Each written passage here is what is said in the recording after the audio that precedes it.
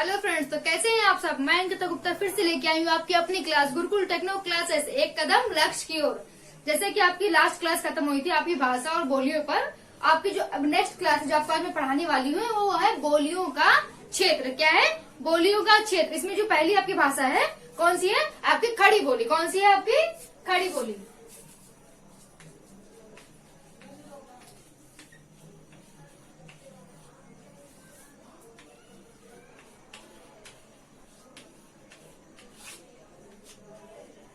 ये जो क्वेश्चन आपको बताए जा रहे हैं, ये जो खड़ी बोली इससे कुछ रिलेटेड क्वेश्चन है, बहुत इंपॉर्टेंट है, हमेशा आपसे पूछे जाते हैं। तो इसे ध्यान से नोट आउट करते जाइएगा ताकि कभी भी कोई क्वेश्चन अटके आपको एग्जाम में आए तो आप इजीली कर लोगे। आपको कोई टेंशन नहीं कि आपको कोई समझ नहीं आ रही है।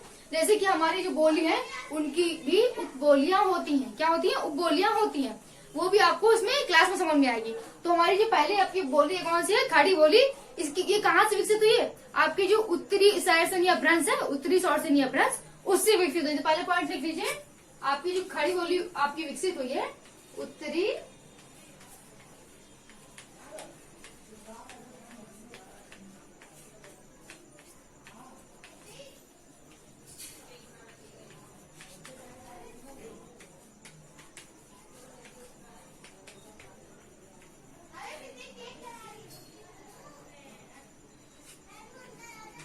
जो आपको पहला पॉइंट हो गया कि जो हमारी जो खड़ी बोली है उत्तरी शोर से अपभ्रंश से विकसित हुई है। और आपका दूसरा पॉइंट क्या हो गया? दिल्ली हो गया, मेरठ हो गया, ये सब किसकी बोलियां हैं? हमारी खड़ी बोलियां। कौन सी है? खड़ी बोली। इसे हम किसके नाम से भी जानते हैं? कौरवी बोली के नाम से जानते हैं। किसके नाम से? कौरवी क्षेत्र के नाम से।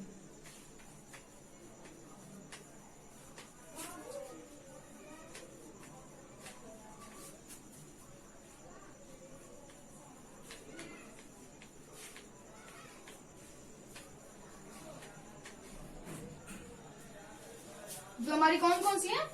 दिल्ली हो गई और मेरठ हो गई। ये किसकी बोलियां? हमारी खड़ी बोलियां। इसे हम कौरवी क्षेत्र के नाम से भी जानते हैं। किसके नाम से भी जानते हैं?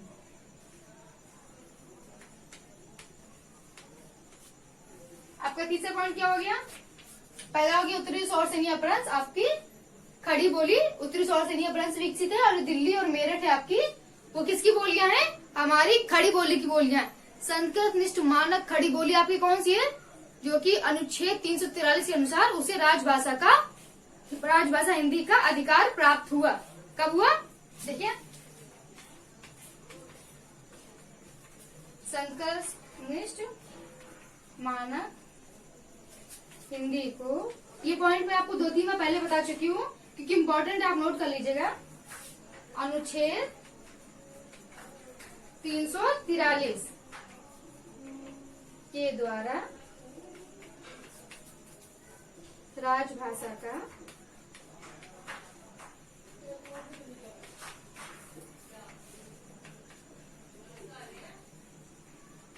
अधिकार प्राप्त। तीसरा पॉइंट आपको कौन सा होगी? संस्कृत निष्ठ हमारी मानक आपकी खड़ी बोली है, संस्कृत निष्ठ आपकी मानक खड़ी बोली है, उसको अनुच्छेद 343 के द्वारा राजभाषा का अधिकार प्राप्त हुआ। यहाँ पे खड़ी बोली आपका संस्कृत निष्ठ मानक खड़ी बोली को अनुच्छेद 343 के द्वारा राजभाषा का अधिकार प्राप्त हुआ।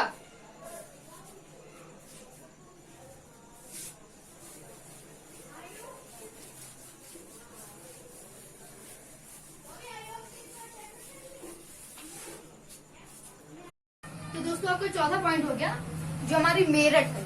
मेरठ हो गया, सहारनपुर हो गया, गौतम बुद्ध नगर हो गया, आपका छत्तीसगढ़ है, हापुड़ है, ये सब के अंदर कौन सी बोली बोली जाती है? आपकी खड़ी बोली। कौन सी बोली बोली जाती है? खड़ी बोली। मेरठ, मैं नोट करती हूँ, आप भी नोट कर लीजिए। मेरठ, हापुड़, गौतम बुद्ध नगर,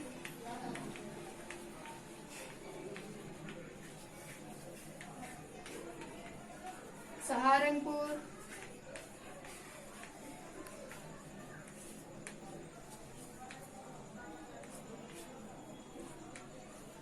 कौन कौन से हो गए? मेरठ हो गया, आपका हापुड़ हो गया, गौतम बुद्ध नगर हो गया, सहारनपुर हो गया, मुजफ्फरनगर है, शामली है, बिजनौर है।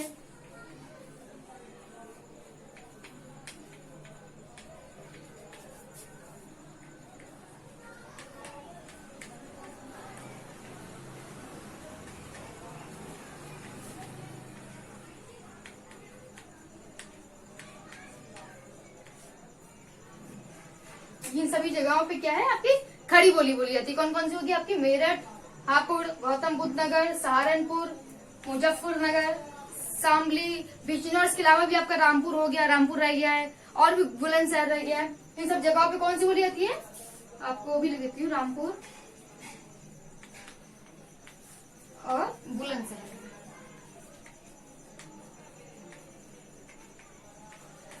में खड़ी बोली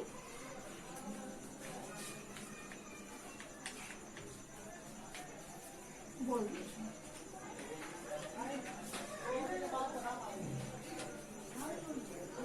ठीक है, मेरठ, हापुड़, गौतम बुद्ध नगर, सहारनपुर, मुजफ्फरनगर हो गया, रामपुर हो गया, मुरादाबाद, इन सभी क्षेत्रों पे हमारी कौन सी बोली बोली जाती है? खड़ी बोली। कौन सी बोली बोली जाती है? खड़ी बोली। ये तो बात हो गई आपकी कि किन किन स्थानों पे बोली जाती है। और जो हमारी खड़ी बोली है उन्हें अन्य भी कई नामों से जानते हैं। कैसे जानते हैं? अन्य भी उसके कई सारे नाम, जैसे आपके नागरी हो गई, नागरी नाम से भी जानते हैं, वरना प्लूरल हो गया, वो हो गया, हिंदुस्तानी हो गया, और सरहिंदी। कौन कौन से हो गए? सरहिंदी, हिंदुस्तानी, आपकी नागरी, अवर्ना क्यूलर। कौन कौन सी? वर्ना क्यूलर।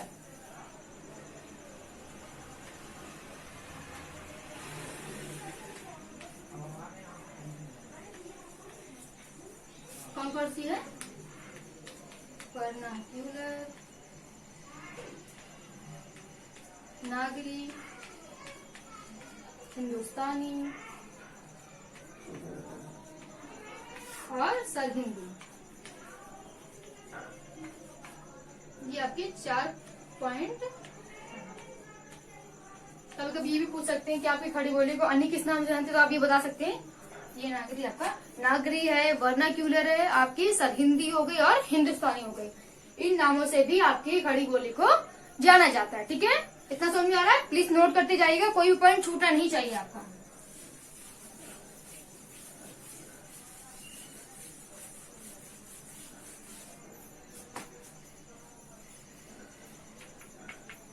आपका अगला पॉइंट देख लीजिए। जैसे मैंने जब आपकी क्लास शुरू की थी, एक आपको मैंने पॉइंट जिक्र किया था, कौन सी? उपबोली। कि अगर कभी पेपर में उपबोली पूछी गई, कोई भी उपबोली के नाम आपको दे दिया गया कि ये किसकी उपबोली है, तो आपने क्योंकि क्लास पढ़ रखी है तो आप इजीली बता सकते हो। सबसे पहले आपका क्वेश्चन हो जाएगा, पेपर इजीली जाएगा। ठीक है, लोग भी पूछेंगे आपने कहाँ से पढ़ाई की है, कैसे पढ़ाई की है, आपने पूरा पेपर एकदम क्लियर खत्म कर लिया है। जो हमारी खड़ी बोली है उसकी उपबोली कौन कौन सी है? बिजनौरी। कौन कौन सी है? बिजनौरी हो गई, आपकी पहाड़ ताली हो गई। कौन कौन सी होगी? पहली तो आपकी बिजनौरी हो गई और दूसरी पहाड़ ताली। किसकी उपबोली है? हमारी खड़ी बोली की।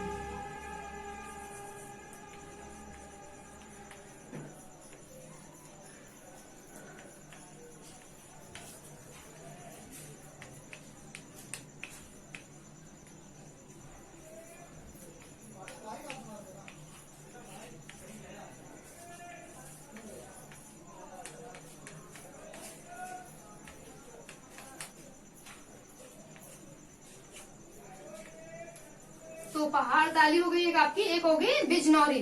ये क्या है? हमारी खड़ी बोली की उपबोलियां है। जैसे आपको भाषा बताया था, बोलियां हो गई, वैसे ये हमारी बोलियों की भी उपबोलियां होती हैं। क्या होती हैं? उपबोलियां। ये आपका छठा पॉइंट हो गया। और इसके बाद एक क्वेश्चन है दोस्तों हमारा कि खड़ी बोली का प्रथम महाकाव्य आपका कौन सा है? ये क्वेश्चन बहुत ज्यादा इम्पोर्टेंट है, नोट करके नोट कीजिएगा। इम्पोर्टेंट में ये क्वेश्चन एक बार नहीं 5-6 बार आ चुका है और आगे भी आ सकता है कि हमारी जो खड़ी बोली है उसका प्रथम महाकाव्य कौन सा है। तो ये पॉइंट आप लिख सकते हैं। प्रिय प्रवास है, किसका है? महापौर का है, हरिऔध का है, किसका है? अयोध्या सिंह उपाध्याय का। मैं पूरे पॉइंट आउट अभी पूरे पॉइंट में लिखा दे रही हूँ आपको। जो हमारी खड़ी बोली है उसको स्थापित करने के सबसे बड़ा योगदान किसका था दोस्तों? वो किसका था? भारतेंदु युग का। किसका था? भारतेंदु युग का। भारतेंदु युग के जो लेखक थे उनका बहुत बड़ा योगदान था। और जो हमारी आधुनिक हिंदी है उसके प्रथम लेखक कौन थे? आधुनिक हिंदी का प्रथम युग कौन सा था? हमारा भारतेंदु युग। जो हमारी आधुनिक हिंदी मैंने आपको पिछली क्लास में बता चुकी हूँ कि युग वाइज कि कौन कौन से थे। भारतेंदु युग हो गया, महावीर जी का युग हो गया, तो उस द्विवेदी युग जिसको बोलते हैं। तो पहला आपका जो युग था भारतेंदु युग, जो कि आधुनिक हिंदी का प्रथम युग था। और इसके लेखकों का खड़ी बोली को विकसित करने का बहुत बड़ा योगदान था। तो वहाँ के हमारे राइटर थे, लेखक थे, कौन थे? अयोध्या सिंह उपाध्याय, जिनको इनका उपनाम था हरिऔध। क्या नाम था? उपनाम हरिऔध। हरिऔध जी ने हमारा प्रथम महाकाव्य लिखा था, कौन सा? प्रिय प्रवास। कौन सा लिखा था? प्रिय प्रवास, जो कि उन्होंने हमारी मानक खड़ी बोली में लिखा था। किसमें लिखा था? मानक खड़ी बोली में, जो कि हमारी संस्कृत निष्ठ भाषा में लिखा था, ना कि उर्दू की बोली में। किसमें लिखा था? संस्कृत निष्ठ भाषा में लिखा था, ना कि उर्दू की बोली में। ये भी पूछा जाता है आपसे कि जो हरिऔध जी हैं या फिर अयोध्या सिंह जी हैं, उन्होंने जो पहला महाकाव्य लिखा था प्रिय प्रवास, वो उसे किस बोली में लिखा था? हमारी खड़ी बोली में लिखा था, और जो कि संस्कृत निष्ठ मानक हिंदी में लिखा था, ना कि उर्दू में। ये हो गया, तो इसको मैं पॉइंट वाइज लिखा दूंगी। इसके अलावा भी जैसे आपका पहला महाकाव्य आपका प्रिय प्रवास है, उसके अलावा भी जो अन्य, लेकिन ये आपका जो पहला वाला है वो इम्पोर्टेंट पूछा जाता है, अधिकतर पूछा गया है, इसलिए मैंने आपको बता दिया। अब इसे आप पॉइंट वाइज नोट कर लीजिए।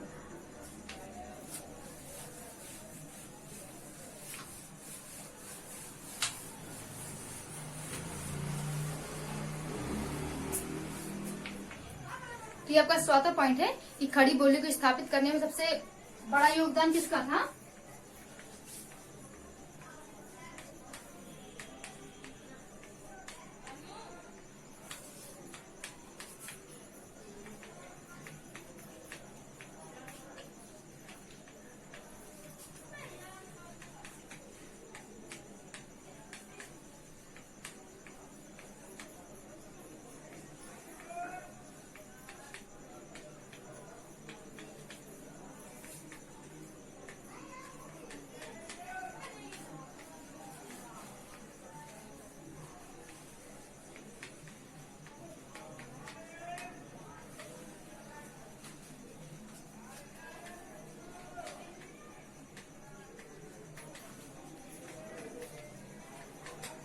क्या हो गया? खड़ी बोली को स्थापित करने का श्रेय हमारा किसको दिया गया? भारतेंदु युग को, और जो कि हमारा क्या था? आधुनिक हिंदी का प्रथम युग था। क्या था? आधुनिक हिंदी का प्रथम युग था। ये भी पॉइंट में पूछा सकता है कि जो हमारी आधुनिक हिंदी है उसका प्रथम युग कौन सा था, पूछा जा सकता है आपसे। और आपकी जो खड़ी बोली है उसका प्रथम महाकाव्य भी कौन सा था, ये भी पूछ सकते हो। और उसके रचयिता है, लेखक है, वो कौन है, तो आप बता सकते हो हरिऔध, जो कि उनका उपनाम था, या फिर अयोध्या सिंह उपाध्याय।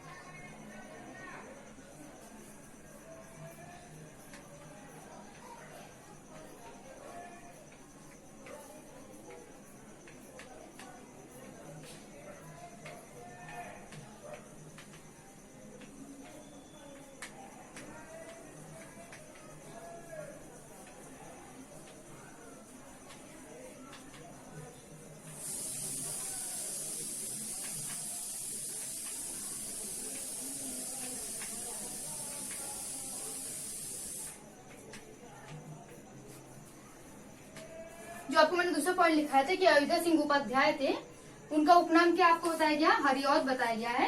उन्होंने प्रथम महाकाव्य जो लिखा था प्रिय प्रवास, नोट कीजिएगा, प्रिय प्रवास लिखा, जो कि खड़ी बोली में लिखा गया। इसमें संस्कृत निष्ठ खड़ी बोली हिंदी में लिखा गया, ना कि हमारे उर्दू की हिंदी में। ये आपका पॉइंट हो गया, नोट कर लीजिए।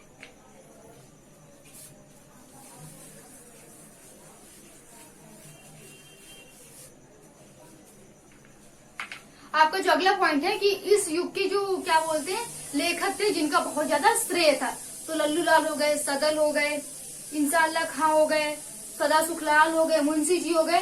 इन्होंने गद्य में रचना की, गद्य में उनका बहुत ज्यादा श्रेय। कौन कौन से हो गए? लल्लू लाल, सदल हो गए, इंसाअल्लाह खां हो गए, सदा सुखलाल हो गए, मुंशी जी हो गए। इन्होंने गद्य में सबसे ज्यादा इनका श्रेय है। सबसे ज्यादा उन्होंने रचनाएं दी हैं। नोट कर लीजिए इसे।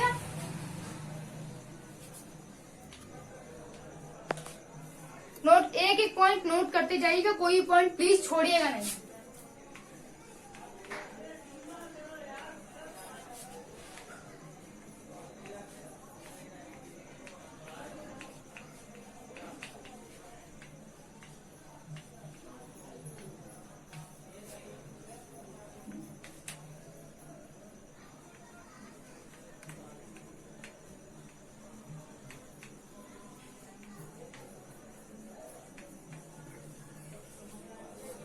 ये जो आपके लेखक हैं उन्होंने किसकी रचना की है?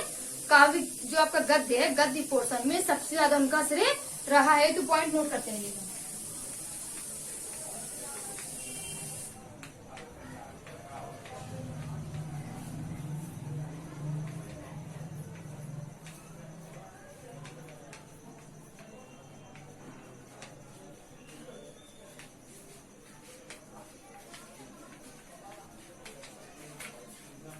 ये पॉइंट नोट कर लीजिए। अब प्लीज दोस्तों, जो भी कुछ नहीं समझ में आ रहा है आपको, आपकी जो लाइव चैट होती है उसमें बताते जाइए। आपको जो भी कुछ समझ में नहीं आ रहा है, सब चीजें आपको क्लियर की जाएंगी। एक एक पॉइंट आपको क्लियर किया जाएगा। कुछ भी नहीं समझ में आता प्लीज कमेंट बॉक्स में बताते जाइए। तो ये जो पॉइंट थे आपके खड़ी बोली के, मैंने सारे पॉइंट आपको बता दिए। जो भी इसमें इम्पोर्टेंट हमने टिक कराए हैं आपको बताए। इसमें इम्पोर्टेंट नोट डाल के कीजिएगा, ताकि कभी भी क्वेश्चन आपको एग्जाम में आता है, क्योंकि इसमें समय नहीं होता है, तो आप देखते ही बस क्वेश्चन पहचान रहे कि हमें ये टिक करना है। सारे क्वेश्चन आपके, सारा आंसर आपको इतना ब्रीफली बताया जा रहा है ताकि एक भी क्वेश्चन आपसे चूके नहीं और सारे क्वेश्चन एकदम हटके आपका सबसे पहले पेपर हो जाए एकदम करेक्ट। आपका जो 2020 है ये खाली नहीं जाना चाहिए। इसमें कम से कम आपको जॉब मिल ही जानी चाहिए। तो पूरी अच्छे से तैयारी कीजिए। जो भी पॉइंट नहीं समझ में आ रहा है नोट कीजिए। और एक बात जो मैंने आपके एक क्लास में बोली थी आपको कि हमारा जो कानपुर है यूपी में टॉप कर रहा है आपके कोरोना में, और ये काफी अच्छे हद तक है। जो हमारे यूपी है उसने मोदी जी की बात सुनी और काफी अच्छे रंग से इसको कंट्रोल में रखा। इसका जो 300 का आंकड़ा था पार नहीं हुआ। इसी तरह इसे कंट्रोल में रखिए, घर पे रहिए, सेफ रहिए, बाहर प्लीज मत जाइए। अगर जा भी रहे प्लीज ग्लव्स पहनिए, मास्क पहनिए, पूरा अपने आप को प्रोटेक्ट करके उसके बाद ही जाइए। और घर आके अपने हाथों को बहुत अच्छी तरह से धोइए, कम से कम 20 सेकंड तो धोइए। इसलिए घर पे रहिए, सेफ रहिए। आज की आपकी क्लास यही खत्म होती है। जो आपकी अगली क्लास होगी उसमें आपको क्या बताएंगे टॉपिक आपका ब्रज भाषा। ये पूरी क्लास कंप्लीट कीजिएगा। जो पहले के टॉपिक आपको बताए जा चुके हैं, भाषा का विकास, हिंदी भाषा का विकास, भाषा, बोलियां, सबको प्रिपेयर करते रहिएगा। ये जैसे चैप्टर आपको खत्म होगा तो सारे के इम्पोर्टेंट जो क्वेश्चन आपको मेन उसमें क्या क्या पॉइंट्स थे मैंने आपको बता रखे थे, वो सारे मैं क्वेश्चन आपको कराऊंगी। जो इम्पोर्टेंट थे अलग आपको नोट कराएंगे ये क्लास जैसे खत्म होगी। इसलिए आज की क्लास आपकी यही खत्म होती है। घर पे रहिए, सेफ रहिए। Okay, thank you.